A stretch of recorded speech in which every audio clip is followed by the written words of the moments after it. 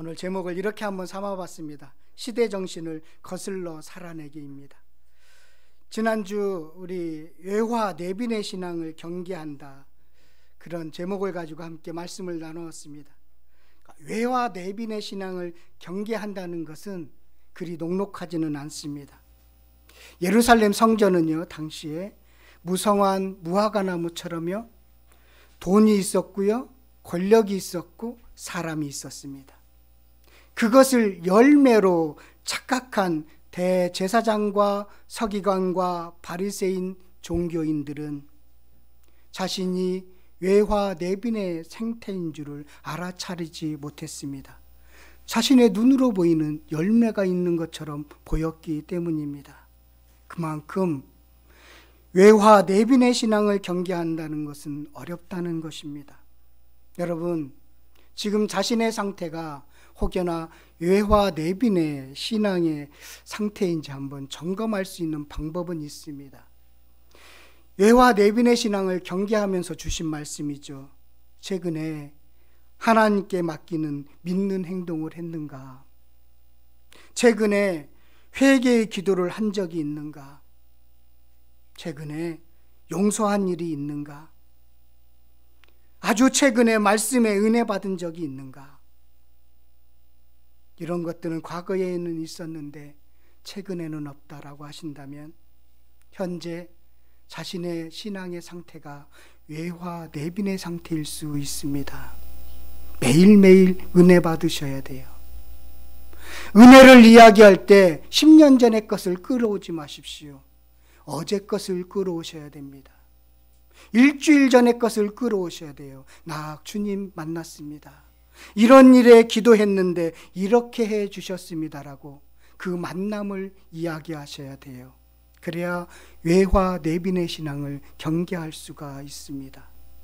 사람이 많다고 해서, 건물이 크다고 해서 내가 지금 완전한 상태라고 착각하지 마시라는 것입니다. 지난주 말씀 한번 우리가 생각하면서 적용을 해봤습니다. 오늘 말씀도 지난주와 비슷한 주제라고 할 수 있습니다. 예수님은 무슨 말씀을 하고 싶어서 오늘 이같이 짧은 비유를 하셨을까요? 31절의 표현대로 보면 이 세대의 사람을 알리기 위해서입니다. 그 사람들의 신앙 형태와 삶의 모습이 어떠한가를 알리기 위해서입니다. 그래서요, 32절이 비유의 내용이고, 굳이 좀 분석을 하자면 34절, 33절, 34절은 비유에 대한 예수님의 해석이고 35절은 적용으로 봐도 무방한 것처럼 보입니다. 32절의 비유의 내용입니다. 한번 비유의 내용을 한번 읽어봤으면 좋겠습니다. 한번 더 읽어보죠. 함께 읽겠습니다. 시작. 장터에 앉아 서로 불러 이르되 우리가 너희를 향하여 비를 불어도 너희가 춤추지 않고 우리가 곡하여도 너희가 울지 아니하였다 함과 같도다. 예. 어린아이들이 즐기는 놀이로 비유를 들고 있습니다. 지금 우리 아이들 무슨 게임 많이 하나요? 주로 우리 아이들은 컴퓨터 게임을 많이 한 것 같아요. 20살이 넘은 우리 큰아들도 컴퓨터 게임을 아직도 하는 거 보니까요. 그런데 제가 어릴 때는 밖에서 주로 놀았습니다. 사내 아이들은 딱지치기도 하고요, 말뚝박기도 하고 땅 따먹기. 우리나라 땅이 너무 좁으니까 땅 따먹기를 많이 했던 것 같아요.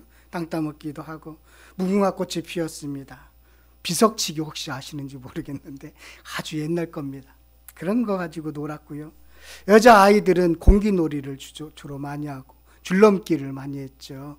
예. 근데 아주 짓궂은 아이는 그 줄넘기 막 이렇게 끊고 도망가고 쫓아가고 그런 일이 막 생각이 나더라고요. 우리는 그렇게 놀았어요. 요즘 아이들도 뭐 공놀이 하고 놀이터에서 놀더라고요. 근데 예수님 당시 그 이스라엘의 아이들도 우리와는 좀 다른 놀이를 했던 것으로 보입니다. 장이 열린 공터에서 결혼식 놀이, 장례식 놀이를 했어요.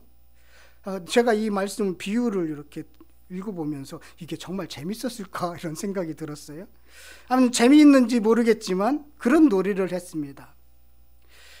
그렇게 어떻게 놀았는지는 모르겠지만 본문을 보니까요, 결혼식 놀이는 일단 두 팀으로 나뉘는 것으로 보여요. 한 팀은 피리를 붑니다. 그러면 다른 한 팀은 피리에 맞춰서 춤을 추는 결혼식 놀이를 했어요. 장례식 놀이도 비슷합니다. 두 팀으로 나뉘었고요. 한 팀은 곡을 합니다. 그러면 상대 팀은 그 곡에 맞춰서 솔피 우는 장례식 놀이를 했습니다. 재밌어 보이세요? 아무튼 그렇게 놀았습니다.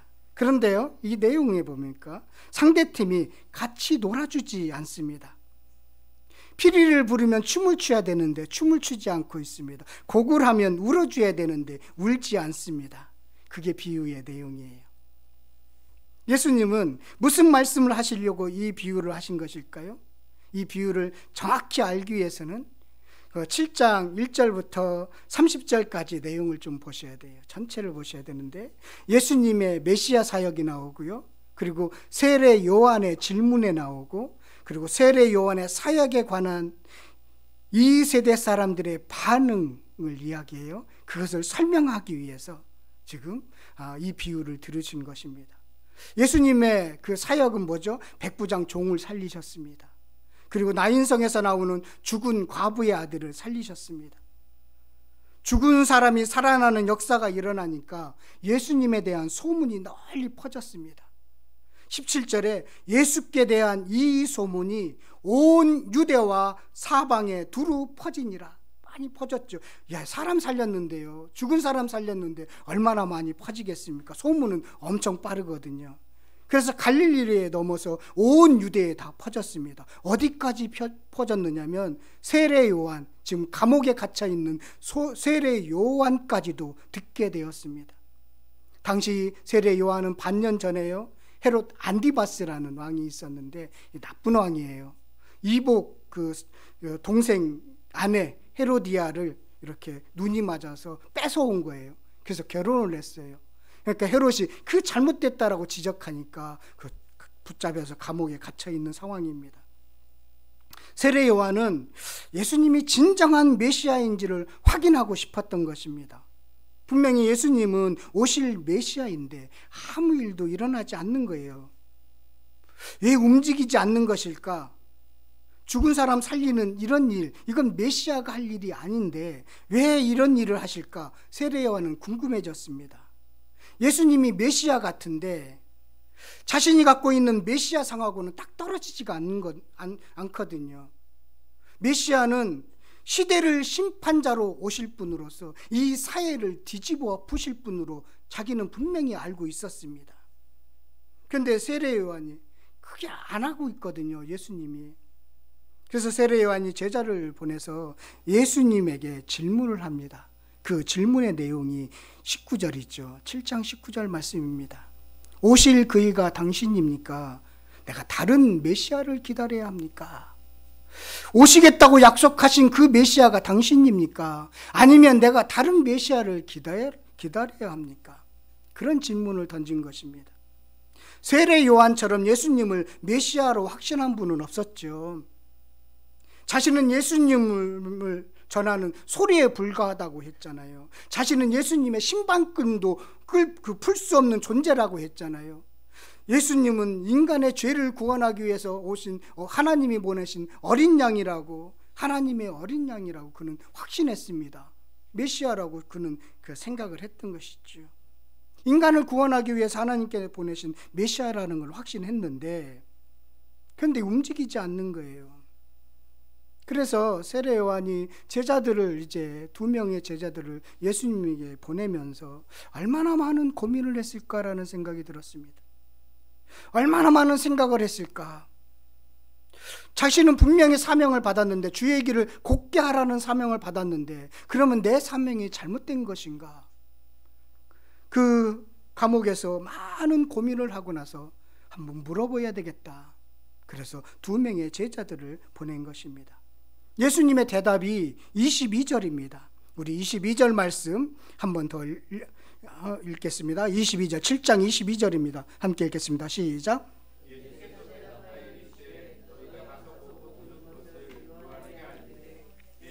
보며 먹는 사람이 걸으며 나병 환자가 깨끗함을 받으며 귀먹은 사람이 들으며 죽은 자가 살아나며 가난한 자에게 복음이 전파된다 하니라. 구약에서 약속하신 메시아가 어떤 분인가를 말하는데요, 맹인이 보는 것, 못 걷는 사람이 걷는 것, 나병한 자가 깨끗해지는 것, 귀먹은 사람이 듣는 것, 가난한 자에게 복음이 전해지는 것, 이것이 이사야가 예언했던 메시아이다. 그리고 나는 지금 그것을 하고 있다. 인간의 한계를 뛰어넘는 일을 하고 있다. 구원은 인간의 한계를 뛰어넘는 사역이다. 메시아가 와서 할 일이다. 메시아는 한계를 넘게 하십니다. 인간으로서 할 수 없는 일을 가르쳐 줍니다. 그것이 구원이죠. 구원을 가르쳐 줍니다. 이 이야기 22절의 말씀을 듣고 나서, 그 소식을 듣고 나서 분명히 요한은 알았을 것입니다. 그런데 예수님의 행하신 일은 전통 이 세대의 사람들, 전통 유대인들이 기다린 메시아가 아닙니다. 그들은 자신의 나라를 독립시키는 정치적인 메시아, 경제적인 메시아를 기다렸습니다. 어쩌면 지금의 신앙생활도 그렇지 않습니까? 어쩌면 우리는 우리 죄에서 구원하신 예수 그리스도보다는 경제적인 문제, 정치적인 문제를 해결할 분으로 더 생각하지 않습니까? 그것을 놓고 더 기도하지 않습니까? 별반 차이가 없다는 것이죠. 이 세대 사람들은 그랬습니다. 그래서 예수님은 이 세대가 기대하는 메시아가 아니었습니다. 그들은 사실은 구약을 잘못 읽고 있었던 것이지요. 그 메시아 상에 대해서 세례 요한에게 이렇게 전하면서 예수님은 세례 요한에 대해서 소개합니다. 요한은 광야에서 살았습니다. 그 시대의 관습과 가치와 문화와 반대되는 삶을 살았습니다. 그래서 세례 요한은 구약의 어떤 선지자보다 훌륭합니다. 세례 요한이 회개 세례를 주었는데 세례 받는 자와 받지 않은 자로 나뉘었습니다 라고까지 설명하면서 이제 29절 30절에 가시면 이렇게 되어 있습니다. 모든 백성과 세리들은 이미 요한의 세례를 받은지라 이 말씀을 듣고 하나님을 의롭다 하되 바리새인과 율법교사들은 그의 세례를 받지 아니하므로 그들 자신을 위한 하나님의 뜻을 저버리느니라. 또 이르되 하면서 이 세대 사람을 무엇으로 비유할까? 라고 나오는 것입니다. 세례 요한을 거부한 이 세대 사람을 설명하기 위해서 하신 비유인 것이지요. 비유의 내용, 장터의 비유의 내용이고 그의 해석이 33절, 34절입니다. 우리 33절, 34절 한번 더 보도록 하겠습니다. 함께 읽겠습니다. 시작. 세례 요한이 와서 떡도 먹지 아니하고 포도주도 마시지 아니하며 너희 말이 귀신이 들렸다 하더니 인자는 와서 먹고 마시매 너희 말이 보라 먹기를 탐하고 포도주를 즐기는 사람이요 세례와 죄인의 친구나 하니. 장터에서 놀이는 하는 두 팀이 있다고 그랬죠.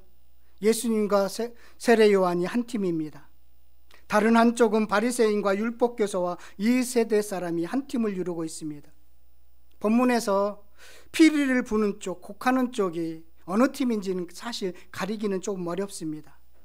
예수님은 죄인들과 먹고 마시기를 즐긴다는 표현으로 볼 때 결혼식 놀이에 피리를 부는 사람으로 그런 쪽으로 보입니다. 세례 요한은요, 떡도 포도주도 마시지 않는 것에 대한 표현에서 장례식 놀이에 곡하는 쪽으로 보입니다. 세례 요한이 곡하는데 바리새인과 율법교사들이 같이 놀아주지 않는다, 그렇게 보이지요. 예수님이 피리 보는데 그 죄인들만 반응하고 이 세대 사람들은 반응하지 않았다. 그렇게 오늘 내용이 보입니다. 그런데 반대로 봐도 무방합니다. 우리가를 바리새인과 율법교사 2세대 사람으로 봐도 무방하다라는 뜻입니다. 우리가 놀자고 하는데 너희 예수님과 세례 요한이 반응하지 않는 것으로 봐도 괜찮습니다. 예수님과 세례 요한에게 율법과 전통을 왜 지키지 않느냐? 왜 관습을 따르지 않느냐? 왜 너희들은 율법을 무시하느냐? 그렇게 같이 놀아야 되지 않겠느냐? 우리와 같이 함께 있어야 되지 않겠느냐? 예수는 우리 편이어야 되지 않겠느냐? 세례 요한은 우리 편이 돼야 되지 않겠느냐. 바리새인들은 처음에는 세례 요한과 예수님을 자기 편으로 만들고 싶었습니다. 그런데 자기 뜻대로 안 되니까 배척했던 것이죠. 같이 놀자라는 것이죠. 그런데 아니라는 것이죠. 바리새인이 불평하는 것으로 보면 그렇게 보입니다. 그러니까 무방하다는 뜻이에요. 어느 쪽이 피리 부는 쪽, 어느 쪽이 우는 쪽으로 봐도 무방하다는 것입니다. 그래서 예수님과 세례 요한이 이 세대 사람의 요구에 꿈쩍하지 않았다는 것은 동일한 교훈이기 때문입니다. 바리새인들은 우리 편에 속하지 않는다고 불평합니다. 예수님은 이 세대와 타협할 수가 없습니다. 같이 놀래? 안 놀아, 이거예요. 우리 아이들 나쁜 친구들이 같이 놀래? 아니, 나 싫어, 집에 갈래. 이렇게 하셔야 돼요. 알았죠? 네, 그러세요. 예. 처음 보는 친구라 그런가 봐요. 예, 그렇게 해야 돼요. 그랬더니 뭐라고 하는 줄 아세요? 귀신이 들렸다, 죄인의 친구라고 비난해요. 우리 아이들 나 안 놀래 그러면 쟤 이상해, 그런 얘기 들을 수 있어요. 그래도 나쁜 친구들하고 놀지 마세요. 자기하고 안 놀으면 그 사람을 비방합니다. 그 사람을 나쁜 사람으로 소문을 만듭니다. 그것이 이 세대 사람들이 하는 거예요. 귀신 들렸다, 죄인의 친구라고 비난하기 시작했습니다. 급기야 인간의 정통과 간섭에 갇힌 이 세대 사람들은요, 상대편을 제거하기로 했습니다. 결국 그들은 세례 요한을 죽였고 예수님을 십자가에 못 박아 죽였습니다. 그렇게 함으로써 이 세대를 존속시키고자 했던 것입니다. 입만 무성한 무화과나무 위에 만족하기를 원했습니다. 이 세대의 사람을 따르지 않으면 여러분 손해를 봅니다. 경제적인 손해가 따라올 수도 있고요, 회사에서 진급이 늦을 수도 있습니다. 외로울 수도 있습니다. 그런데 예수님은 외로운 길, 좁은 길, 죽음의 길을 갔습니다. 예수님은 죽음으로 사명을 감당했고 세례 요한도 죽음으로 그 사명을 감당했습니다. 예수님과 같이 놀아준 이들이 있습니다. 바로 세례 요한이며 죄인이며 세리들이었습니다. 회개한 자들이었습니다. 깨닫는 자리였습니다. 메시아가 누구인지 아는 자였습니다. 그들에게 천국이 임했던 것입니다. 저 세대 사람이 되었습니다.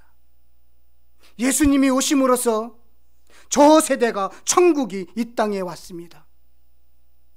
회개에서 이 세대에서 저 세대로 옮겨가는 것입니다. 이것이 구원입니다. 이것이 믿음입니다.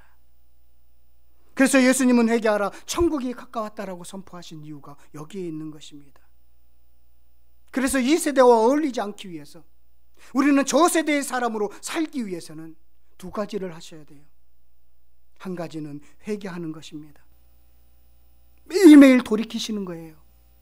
오늘 서두에서 말씀한 것처럼 매일매일 은혜 받으셔야 돼요. 매일매일 주님과 함께 동행하셔야 돼요. 예, 여러분들은 이미 구원의 세례를 받았습니다. 그러면 매일매일 반복하는, 자신이 죄를 짓고 있는, 다른 길로 자꾸만 가려고 하는 그 욕망을 내려놓는 회개를 매일매일 하셔야 돼요. 그래서 주님과 함께 걸어가는 회개가 매일매일 있어야 된다는 것입니다. 이 세대에서 제 세대로 옮겨가는 유일한 길입니다. 또 하나는 이 세대의 요구에 반응하지 않아야 합니다. 이 세대의 가치관, 이 세대의 시대 정신을 거부할 줄 알아야 됩니다. 주저없이 거부하시기를 바라겠습니다. 이것이 지혜라고 합니다. 그래서 35절에 이렇게 말씀하고 있는 것입니다. 지혜는 자기의 모든 자녀로 인하여 옳다함을 얻느니라. 하나님의 지혜는 그것을 받아들이는 사람에 의해서 옳다 한다는 것이 입증된다. 지혜의 자녀들이 결국 지혜가 옳다는 것이 드러날 것이다. 옳다함을 얻을 것이다. 인간들이 하나님 없이요, 지혜롭고 똑똑하고 의롭고 경건해졌습니다. 요즘 사람들은 얼마나 똑똑하고 얼마나 경건한지 모릅니다. 그래서 하나님은 이 세상의 외진 곳에서 서 계십니다. 그래서 주변으로 내몰린 아웃사이더, 빈털터리, 밑바닥으로 추락하고 타락한 인생들이 오히려 그분을 알아보고 이해하게 되는 것입니다. 주님께 돌이키게 됩니다. 여전히 지금도 묻고 있습니다. 오직 하나님만 의지할 것인가? 이 세상의 신들, 나와 똑같은 인간들, 왕, 국가들을 의지할 것인가? 여러분, 같이 놀 수 없는 대상을 놓고 우리는 선택해야 합니다. 예수님과 세례 요한 쪽을 선택하는 지혜, 그것이 하나님의 지혜입니다. 오늘 비유는 짧은 비유입니다. 그런데 우리들에게 너는 지금 어느 세대에 살고 있느냐고 묻고 계시는 것 같습니다. 이 세대 좋아 보입니다. 있어 보입니다. 그러나 나는 저 세대의 사람입니다라고 당당하게 선포했으면 좋겠습니다. 오늘 말씀은 여기까지고요. 이렇게 적용했으면 좋겠습니다. 주님과 같이 놀아요. 우리 한번 따라해 보세요. 시작. 주님과 같이 놀아요. 주님과 같이 노시기를 바라겠습니다. 지금도 이 세상 사람들과 저 세상 사람들로 나뉘었습니다. 이 세상이 전부인요, 종교 무신론자와 저 세상이 전부인 유신론자로 나뉩니다. 제가 조금 요즘 실천해 보려고 하는데요. 여러분, 쉽지 않습니다. 쉽지 않아요. 세상 가치에 동조하지 않으면 왕따로 취급받을 수도 있습니다. 그런데 한 가지 있습니다. 하나님이 붙여주시는 선한 사람을 만나게 됩니다. 같이 놀래? 같이 놀자. 그런 사람을 주님께서 붙여주십니다. 예수님, 세례 요한에게는 예수님이 붙여줬고 예수님에게 죄인과 세리들을 붙여주었습니다. 같이 놀래? 같이 놀아. 같이 놀래? 아니, 너하고는 같이 놀 수가 없네. 그런 사람이 있는 것입니다. 여러분, 거꾸로 살아보십시오. 그 자에게 복이 있다고 합니다. 그것이 산상수훈의 말씀이고 오늘 말씀의 결론입니다. 그것이 하나님의 지혜입니다. 그것이 하나님이 옳다고 하는 인생입니다. 저는 당당하게 여러분들이 그렇게 주님과 살기를 간절히 축원드리겠습니다. 오늘 말씀 붙잡고 함께 기도했으면 좋겠습니다. 오늘 말씀 여러분들에게 어떻게 들렸는지 모르겠습니다. 한 가지만 들렸어도 그 한 가지를 붙들고 주님이 나에게 주신 말씀이구나, 저 사람에게 준 말씀이 아니라 나에게 준 말씀이구나, 그 붙든 말씀, 들린 말씀 붙잡고 오늘 이 시간에 함께 기도했으면 좋겠습니다. 함께 기도하도록 하겠습니다. 하나님 아버지,